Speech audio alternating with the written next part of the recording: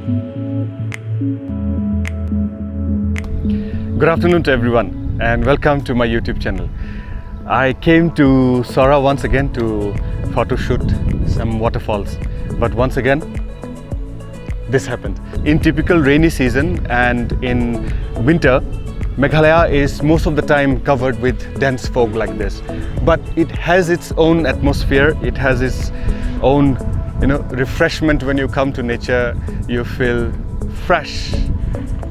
Though sometimes our purpose is not felt, but it doesn't mean that nature is not giving you the refreshment of your soul, so to say. Yeah, it's wonderful, it's fresh, it's pure nature.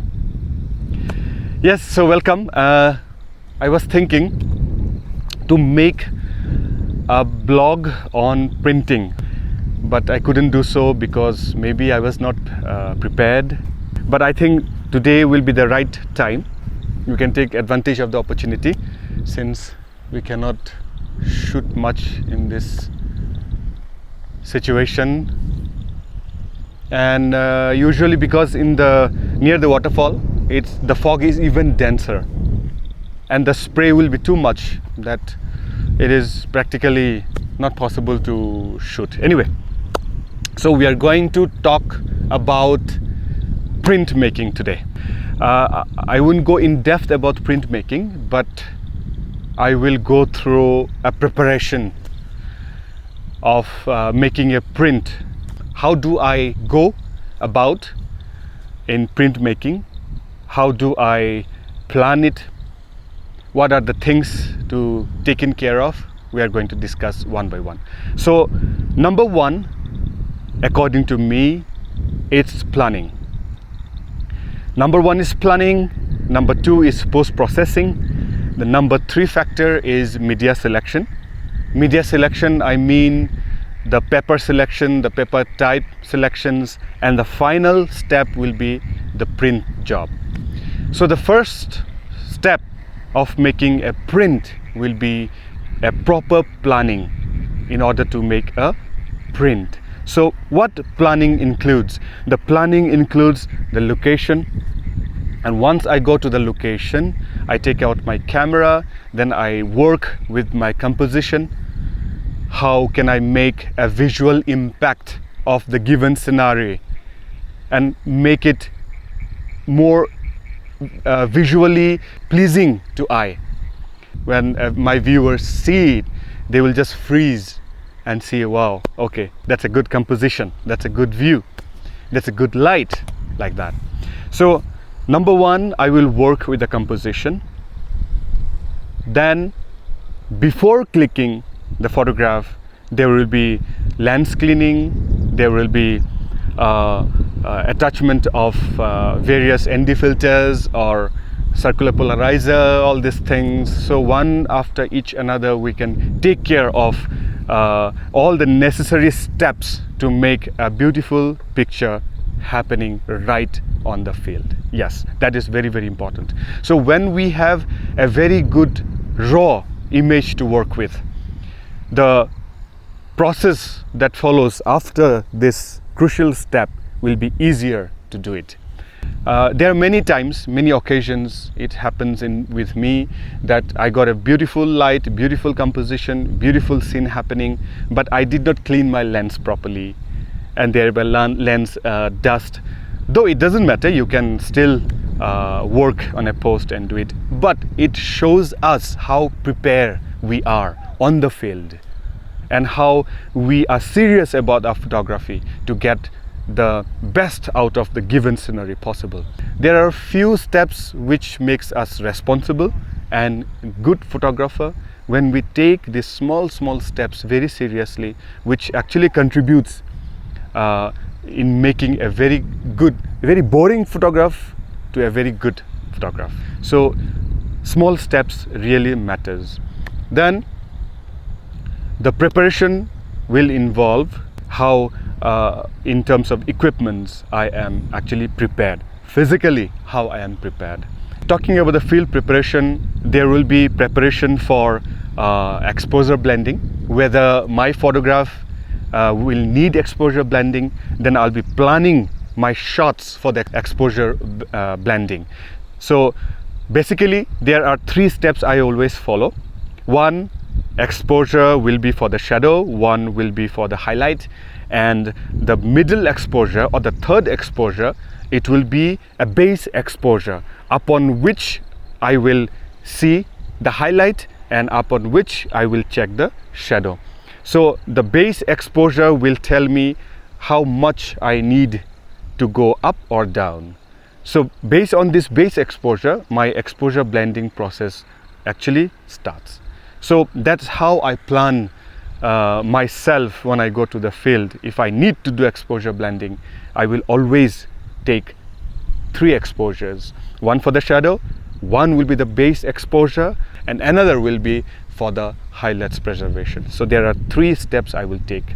Now, second, if I plan for focus stacking, my image, I have to plan accordingly. So if I don't have in mind, I have taken a very low aperture photograph, maybe aperture 16, 18. So not all of the time you will get edge to edge sharpness. Sometimes my interest will be on the foreground, the subject which is close to my lens. Then I have to focus the near subject, I have to focus the midground, I have to focus the background. So I need to do a proper focus stacking. So that needs a preparation. Nightscapes, again, we need to make a very clean and strong foreground in order to complement the night sky. So many times I actually didn't know the importance of the strong foreground in nightscapes photography. But as the day passed by and I started venturing on the nightscapes, I came to know that to make a nightscape beautiful and impactful, it is important to make my foreground very strong. Because the night sky is anyway, it's same all over the world. You'll get the same Milky Way, you'll get the same stars, galaxies, but what makes my nightscape different from others is how I compose my foreground. So foreground will make a huge impact on my nightscape photography. That has to be planned properly. So the foreground or the subject has to be shot before the sunset or after sunset, before the dark. Then later on we'll take the nightscape, keeping our camera static on that particular area where I have shot my foreground during the daytime or during the transition between day and night. Yes, so proper planning really matters in order to get a very clean, workable, presentable and printable photograph.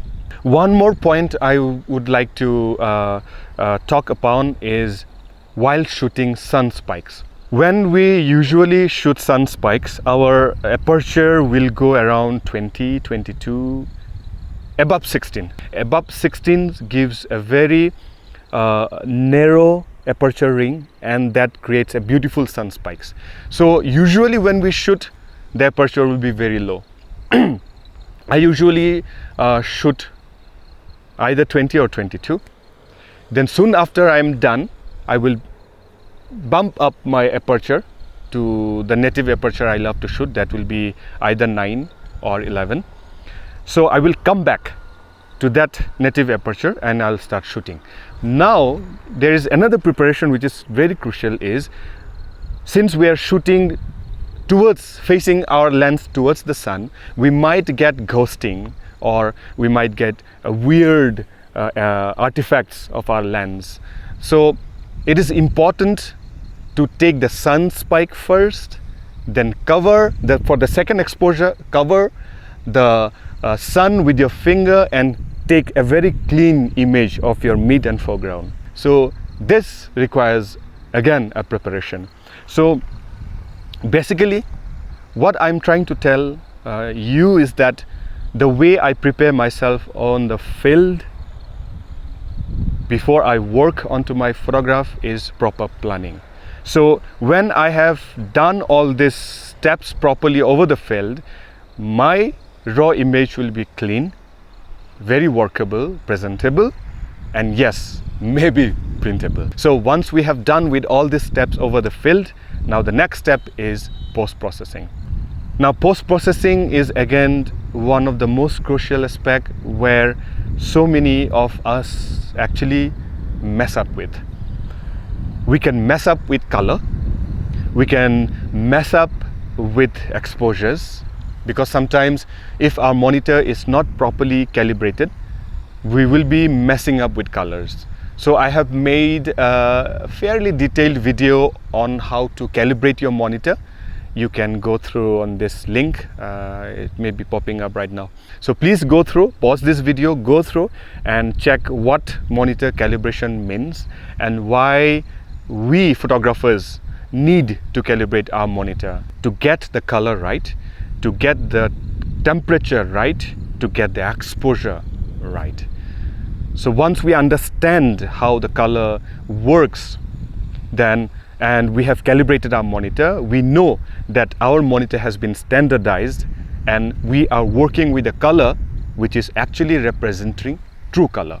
Now it will be easier for us to mess up with so many colors. And what we try to do basically is what we have seen over the field, all the colors that we have seen over the field, maybe a glorious sunset with golden glowing clouds, and we want to make those color pop in our image. So that time it is crucial to make color adjustments, color changes, color harmonies in our photograph. Calibration will be the first process before we begin post-processing our photograph. We have uploaded our image into Camera Raw or a Lightroom. Then the step is to do a very non-destructive editing. In myself, I didn't know what non-destructive editing actually is. By the time when I started having a printer in our lab, which is, I'm very fortunate to say that I am having a printer in my possession, which is actually owned by Riti Academy of Visual Arts, a fine art division. And they have entrusted me to handle the printer, Canon Image Prograf PRO 541, which is a 44-inch large format printer. It's a Canon, one of the state-of-the-art printer, and it's a brilliant printer. We have this printer since November 2021, when the outbreak of COVID was slowing down. So during that time we had this printer. So we have done lots of research on which printer to buy and how to get it, what are the things I need to know in order to make a print, and yes, obviously how to handle the print. So I was taking a little bit of time to understand the print job properly, and now I have printed over little more than around 400 to 500 images I have printed. So I fairly have a certain knowledge on this. So I thought, why not to share with you as a photographer's perspective what printing actually means to a photographer. So that is what I'm going to tell you.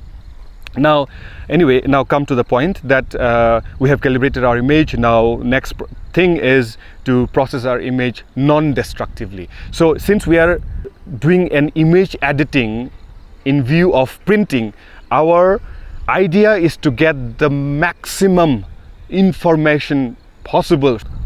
There are process of making a non-destructive editing. That may be a different tutorial because it's a whole other arena we are not going to talk about. Oh, it's drizzling a bit.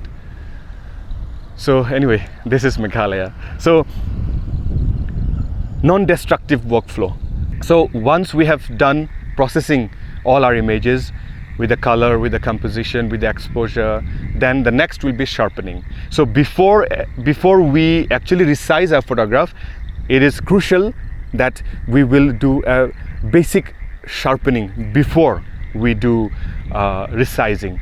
So the resizing may introduce further artifacts if we don't do a proper sharpening before resizing. But not all the images you will get artifact on this step, the proper method of sharpening, then followed by resizing our photograph to the desired size that we want to print upon. So Photoshop offers a brilliant way of resizing, and mostly I do by cubic or Lanczos method, which is a different software, which I will, if you are interested, then definitely let me know. I can make a different blog or tutorial on that, resizing, sharpening, and non-destructive 32-bit color editing. Now let's come to the point. Now we have done our post-processing, we have done our sharpening, we have done resizing our photograph. The next step will be a media selection. So basically for the landscape photograph, I go for gloss. You know, my all-time favorite is gloss. I love gloss because it gives the vibrance in my image. It looks very sharp, crisp, and it's clean. It looks very clean. So I love that punchiness, the sharpness, the vibrancy in my landscape photograph. So you will see me most of the time printing in a very gloss paper. So that is one of my favorite. Otherwise we can go for matte, or we can go in between like satin. Satin is a very what to say, it is nor glossy nor matte, but somewhere in between. So you can safely choose this kind of media to print your landscape images. Matte will be subjective, because if you have a vibrant sky in your photograph, matte may not be a good choice. But if you have lots of say vegetations on your foreground, you have sand, you have rocks, then probably you can safely choose matte. Or maybe you have a forest photography, then you can go for. But any image which is vibrant, sharpness you're looking for, then probably matte is not the good choice. Now there are textured papers like cotton rag papers. There are many, those bamboo rags paper. There are many type of Canson paper offers so many textured papers. So there are varieties of papers which can be used, but I am not sure about landscape photography images to be printed on textured paper. I am not so keen to select those kind of very textured papers. But yes, it is good.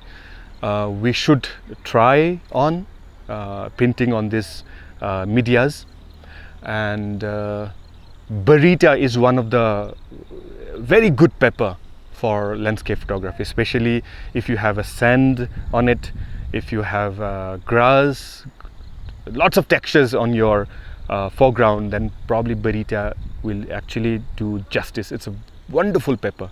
Yes, try it. I had a sample, but I don't have the paper right now, and probably I will order. I want to print actually. So anyway, so media selection will actually give a look, a certain kind of taste and flavor in your image. Now let's talk about the final step of our print job, and that is to make an actual print. I call it print job. Now this step is actually not in your control. This step will be in control of the person who is making the print. So let me tell you one secret. Make a good friendship with the person actually who handles your print. You know why? Because this is the most important step in order to make a very good print. Why? Because if you come to me, for example, I will look into your image carefully, and based upon your media selection, I will see whether your image is properly processed to be printed on a media that you have selected. That is very important. Now, your gloss and satin and Barita or any other textured paper will behave differently with the given images. If you print all this, your images in a different media, they will give a different kind of a look and feel and presentation on your image. So an experienced eye, an experienced person who prints will actually be able to tell you which paper or which media your image will look good at.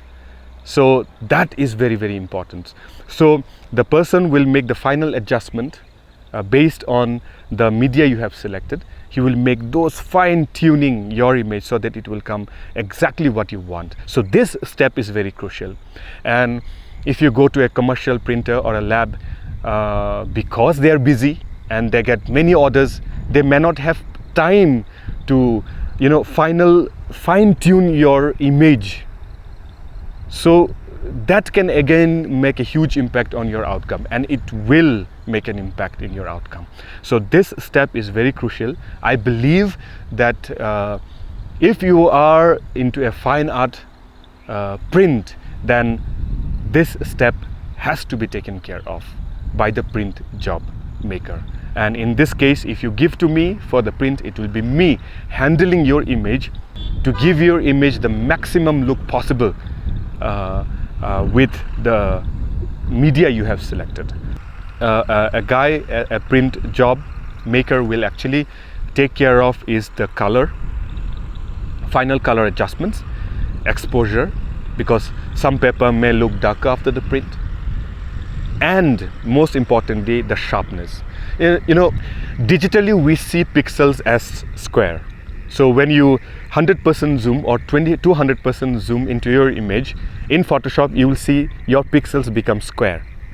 So when we apply sharpness, since the pixels were square, it may look very sharp, but when you take to a printer, as the printer is actually spraying the color over your media paper, the droplets is round but the pixel is square, and since it is round, it is overlapping each other, and because of that some degree of sharpness actually gets compromised in this process, because your pixels, square pixels, is now converted to round. So because of this there will be loss of sharpness. Now gloss will give a very good sharpness, but other textured paper including matte or satin will actually take down some degree of sharpness. Now how much to apply sharpness more, it depends on the experience of the person who is making the print job. So this comes from an experience. So more I print, more I will understand how these things work, how much I need to brighten up or bring down the exposure. That depends on solely the experience. If you are making a very large format print, it is again important to make a very small print and have a look. Is the editing and the exposures, the colors, the sharpness is actually good?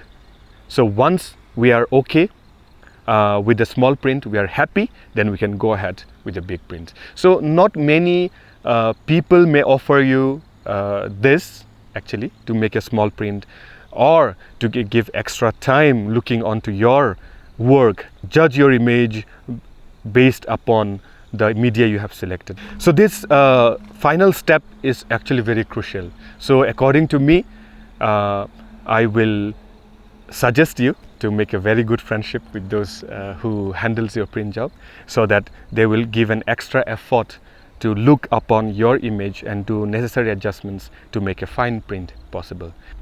Since I am doing this print job by myself, I have gone through all these intricacies. I have a various media at present.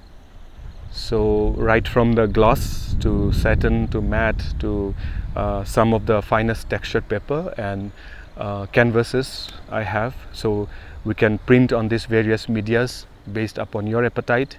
So finally we have done with the print, and it is awesome.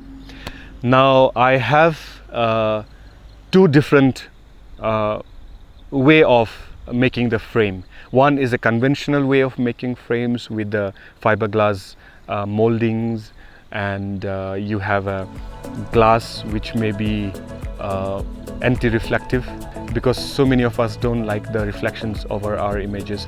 So those glasses are very costly. So you can make a frame with that, or recently we've been experimenting on an acrylic base framing. So basically what it does is we have an acrylic base, and on top of that we will be mounting our film, our print. Then on top of that there will be high definition glass, which is 360 GSM thick glass, which is very premium looking glass, which is almost scratch free. This way of framing your images will actually prolong the archivability of your image, and you can wipe, you can clean this image very well, you can hang in your wall very nicely, because you need only one nail to hang this frame, and you can align very well with just one nail. So we have two options to make frame in our lab. One is the conventional frame, and one is the acrylic base high definition framing. So we do this in Riti Academy of Visual Arts Fine Art Print Division. So we are doing this, and you have seen how awesome the print looks like. So these are the crucial 4 steps that I follow since I am into printing now. So I am very careful in going to the field. Before I take out my camera, what are the things need to be done on the field, what need to be done, and when I come with smiling face at home and see the work has been done well over the field, and I will post-process it carefully, non-destructively, then carefully select the media, whether I want to do a base acrylic framing or the conventional framing. So accordingly I will take decision. So yes, so these are the few crucial steps which will make your print job pleasing, and nothing makes more satisfying than to see your imagination came to life, and when you hold it physically and hang on to your living room and see your imagination come to life, it is very satisfactory. All the hardships that you have taken to create that image, bring it to life and see it, hold it by your hand, is a different experience. So it gives me a better understanding of how composition works, how color works, the color harmony we say, how it works, how visually impactful image we can create. And when it comes to selling your images, it is completely a different subject. Aesthetically, what looks good to me, compositionally what it looks good to me may not look good to others. Say a layman who doesn't know about the photography, for them the perspective will be completely different. So when you print your image and start showing to your family, your friends, or anybody, then you get a better idea what kind of image actually people like. So if you are up to selling your images, then you must print and show to your circle and see their reaction, what they like, what they don't like. So it is important, it is really important for a photographer. Hold it and see it, feel it, and show it to the people and share with their friends. Maybe you can give gifts to your friend in a birthday gift or a wedding gift. So many opportunities are there. So these are the kind of a gift which will last for a long time to come, and they will hang your artwork on their wall, and that is very satisfactory. They will see your work day and night and will thank you for giving such a beautiful creation of nature in their living room or bedroom. This is a wonderful feeling. I encourage you to print your image, do it, feel your work, taste it, and maybe you can gift it. By doing this, you will know how far you have gone with your greatest hobby, that is creating image of the nature. Do let me know if you want to print your artwork with me, and I can send to you a print all over the India, Overseas may not be possible at this time because of the courier thing. So in India I can receive any orders, so I can ship to you in any location. Message me if you want to make a print. So I can make a print as large as 44 inch by 125 inches long. So I have this, but probably you may not want to do that big. You can go ahead with probably A2 size, A3, A2, A1 size you can print, and let me know. I'll be very happy to help you because a photographer understands the mentality of another photographer. So I will do my best to make the print as pleasing as possible, as beautiful as possible. So thank you very much for giving me your time and helping me to explain the steps of making a fine art print. It's a very satisfactory print. So I hope you have taken some knowledge and courage to make a print of beautiful art. It is going to be dark. It's going to be 6 now. And I hope you enjoy this and you are encouraged to make a print of your beautiful work. So do so, let me know and message me. Thank you very much, ladies and gentlemen, and I'll see you again. Bye for now.